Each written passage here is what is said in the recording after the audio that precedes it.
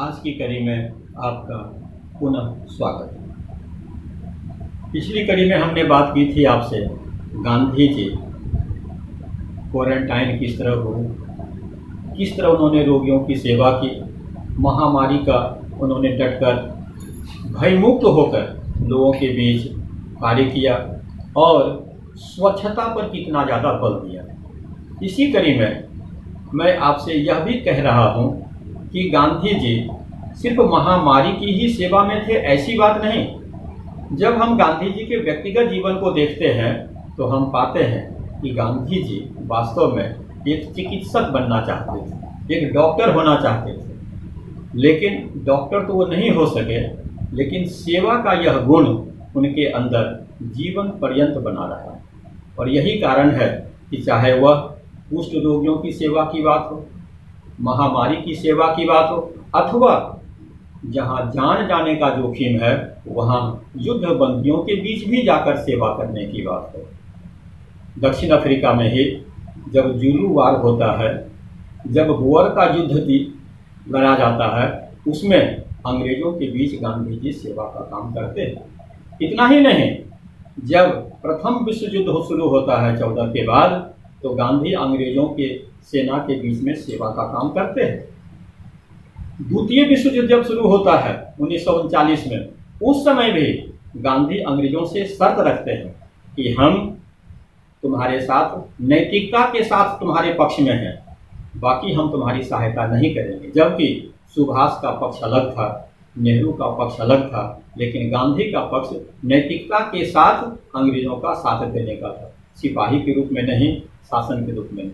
तो गांधी सेवा क्यों करते हैं, कैसे कर पाते हैं?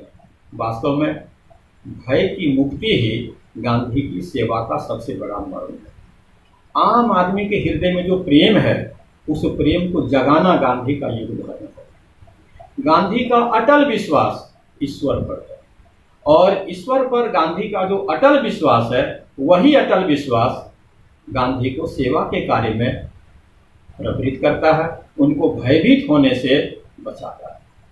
आज हम सब सेवा करते हैं, लेकिन आज सेवा करते हुए हम भयभीत हैं, हमें भय है, हमें डर है, और डर आदमी की प्रगति को रोकता है। गांधी के पास कोई भय नहीं है, वह जान चली जाए तो चली जाए, लेकिन वो सेवा नहीं छोड़ सकते। ये गांधी की खासियत है, और इसके मूल में है उनका ईश्वर के ऊपर अटूट भरोसा।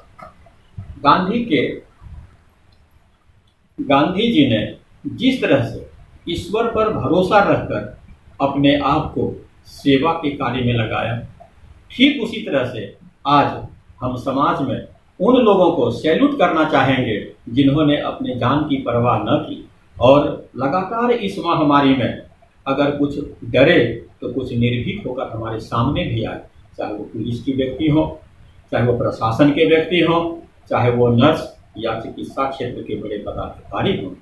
हम उन लोगों को सैल्यूट करते हैं जो ईश्वर में भरोसा रखते हैं, लोगों की सेवा को प्रथम दृष्टि में रखते हैं और अपने जान की परवाह नहीं करते।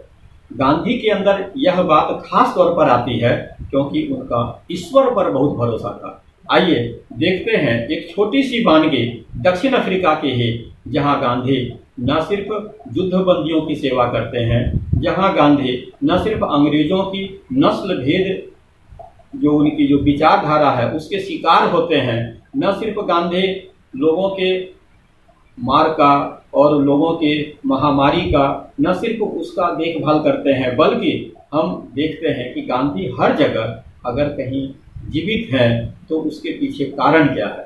तो गांधी के पीछे उसके खड़े होने का कारण ईश्वर पर उनकी अटूट निष्ठा रही है। एक बार की बात है, गांधी के एक दक्षिण भारतीय मित्र हैं मिस्टर पोलक। पोलक को ऐसा लगा कि गांधी की जान पर हमेशा खतरा रहता है, तो उन्होंने जर्मनी के एक मिस्टर को, जिसका नाम कैलनबैक है, उन्होंने उसका बॉडीगार्ड बना दिया। एक दिन गांधी ने देखा कि कैलनबैक अपने कपड़े को बदलते हुए उसके पास कोई रिवॉल्वर जैसी चीज़ है। तो गांधी ने पूछा ये क्या है? तो कैलनबैक ने कहा कि नहीं, कुछ नहीं। फिर बाद में गांधी के पूछने पर उसने कहा कि ये रिवॉल्वर है, और मिस्टर पोलक ने मुझे हिदायत दी थी कि तुम हमेशा बापू के साथ रहना, गांधी जी के साथ रहना, उनकी जान को खतरा है, आपकी जान को रक्षा करने के लिए ही हमने ये रिवॉल्वर आपके साथ रखा है। तो गांधी जी मुस्कुराए और कहा, वाह वाह मिस्टर कैलनबर्ग, बहुत अच्छा, तुमने तो ईश्वर की जगह ले ली। तो कैलनबर्ग सकुचा गया। उसने कहा कि गांधी जी क्या गलती हुई? तो गांधी ने कहा कि ईश्वर के रहते कौन किसको मार सकता है? अगर तुम मेरी रक्षा करते हो, इसका अर्थ है कि ईश्वर का कार्य तुम कर रहे हो। याद रखना कैलनबर्ग, गांधी की रक्षा रिवॉल्वर से नहीं हो सकती, रक्षा तो उसी की कृपा से हो। यह जो भरोसा है गांधी का, वह गांधी को युद्ध क्षेत्र में सेवा करने से नहीं रोकता। यह जो भरोसा है गांधी का, वह गांधी को कभी किसी का दुश्मन ही नहीं होने देता। यह जो भरोसा है गांधी का, वही गांधी को वास्तव में गांधी बनाता है। इसलिए आज ऐसे लोग, आज के संकट में जहाँ कोरोना फैली है या तरह तरह के सांप्रदायिक दंगे हो रहे हैं, हिंसा फैल रही है, नफरत का जो एक वातावरण बन रहा है, उस सब में हमें इस बात का पूरा ख्याल रखना चाहिए कि वास्तव में ईश्वर पर भरोसा रखने से सभी सद्गुण हमारे अंदर आ जाते हैं। शास्त्रों में तो कहा ही गया है, जाके राखे साइयां, मार सके न कोई, बाल न बांका कर सके जो जग बैरी को। गांधी जी की यह जो ईश्वर निष्ठा है, उसके पीछे का मूल कारण क्या है? इसके मूल में कारण है उनके घर में उनकी परवरिश करने वाली एक दासी। वह दासी ही गांधी को ईश्वर भक्ति की ओर प्रेरित करती है। मैं आपको बताऊं कि गांधी की उम्र जब 9 साल की थी, तभी अपने पिता के साथ सत्य हरिश्चंद्र नाटक देखने जाते हैं। उसी बाल्यावस्था में जब मूक सिनेमा का दौर चला करता था, सत्य हरिश्चंद्र नाटक के साथ इन्होंने वो पितृभक्त, माता पिता भक्त श्रवण कुमार की भी इन्होंने नाटक देखे और उनकी भी कहानियां सुने। तो इन सब बातों को इनके बाल मन पर उसकी बड़ी गहरी छाप पड़ी। मैं आपको इनके बचपन की एक छोटी सी बात एक लाइन में बताना चाहूँगा कि गांधी जी जब छोटे थे तो कैसे थे। एक बार बिजली नहीं थी और कहा गया कि पर बगल वाले कमरे में जाओ और वहाँ से कुछ सामान ले आओ। इन्होंने कहा मैं नहीं जाऊँगा, मुझे डर लगता है।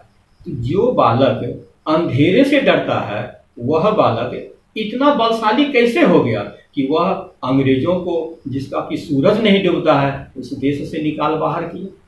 तो निश्चित ही जो बात उसके बाल छवि में या उनके बाल मन पर जो बात अंकित हो गई थी, वह यह कि ईश्वर ही सबका भलाई करता है। तो राम नाम लेने से अंदर से भगवान रक्षा करते हैं और बल महसूस होता है। यह बात जो उनके बचपन में आ गई थी, उसी ने गांधी को मजबूत बनाया। उसी ने गांधी को तमाम किस्म की जो विसंगतियां हैं, जो बुराइयां हैं, उससे भी दूर करने में उनकी मदद की। और तो और वे अधिक से अधिक सेवाभावी हो सके, लोगों के हृदय को जीतने में कामयाब हो सके। अगर वह बचपन में यह घटना नहीं घटी होती कि अंधेरे से डर लगता है, मैं कैसे क्या करूं, अगर उनकी दासी उनको राम नाम के बारे में नहीं बताती, हनुमान के बारे में नहीं बताती, तो आज गांधी एक सबल गांधी के रूप में हमारे बीच नहीं होते। गांधी की एक और खासियत मैं आपको बताना चाहूँगा। स्वच्छता अभियान की बात आज हर आदमी करता है, लेकिन अंतरात्मा की सफाई कोई नहीं करता। गांधी ने अंतरात्मा की सफाई की। बाहर की सफाई के साथ साथ अंतरात्मा की सफाई के द्वारा ही गांधी ने ईश्वर को भी भरोसे में रखा और दीन दुखियों की, रोगियों की, कुष्ठ रोगियों की सेवा में भी अपना सारा जीवन लगा सके। हमें गांधी जी की यह जो अंतरात्मा की बात है, जो आत्मशुद्धि की बात है, हमें उसको गहराई में लेना चाहिए। और इन्हीं बातों के साथ मैं आपको ये बताना चाहूँगा कि अगले दिन हम फिर, आज जब मजदूर लोग पलायन कर रहे हैं, बेकारी बेरोजगारी की बात हो रही है, गांधी दक्षिण अफ्रीका में मजदूरों के बीच कैसे रहते थे और कैसे उन्होंने मजदूरों को संगठित किया, उनके बीच गांधी कैसे गांधी भाई बन करके रहे। आज इतना ही, नमस्कार।